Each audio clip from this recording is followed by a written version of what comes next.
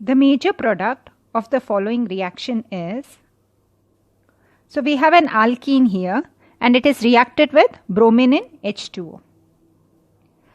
Now, if you're taking an alkene,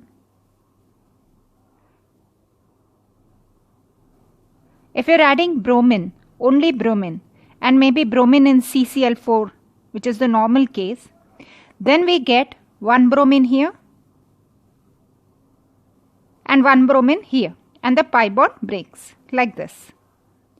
But here we are adding bromine in presence of water. Bromine in presence of water gives you HOBr.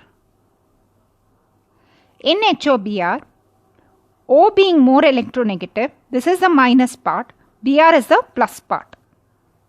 So when this addition takes place, the reaction will be different as compared to bromine in CCl4.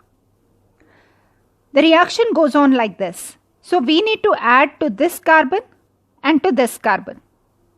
Now question arises, where does OH go and where does Br go? We are doing Markovnikov addition. Markovnikov addition states that hydrogen goes to the carbon having more hydrogen. Here we don't have hydrogen. We have OH and we have Br. We don't have H. Okay. So now what to do? Which is similar to hydrogen. Hydrogen is H plus, right? What we are talking about in Markovnikov. Here H plus is Br plus.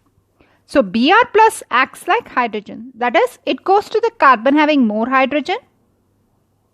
OH goes to the carbon having less hydrogen. Negative part goes to the carbon having less hydrogen. So we are obeying Markovnikov rule. This will be the product. Writing the product, and this pi bond will be breaking. Writing the product now. I get like this. And this is now CH2Br. And this carbon now is attached to OH. So our answer is option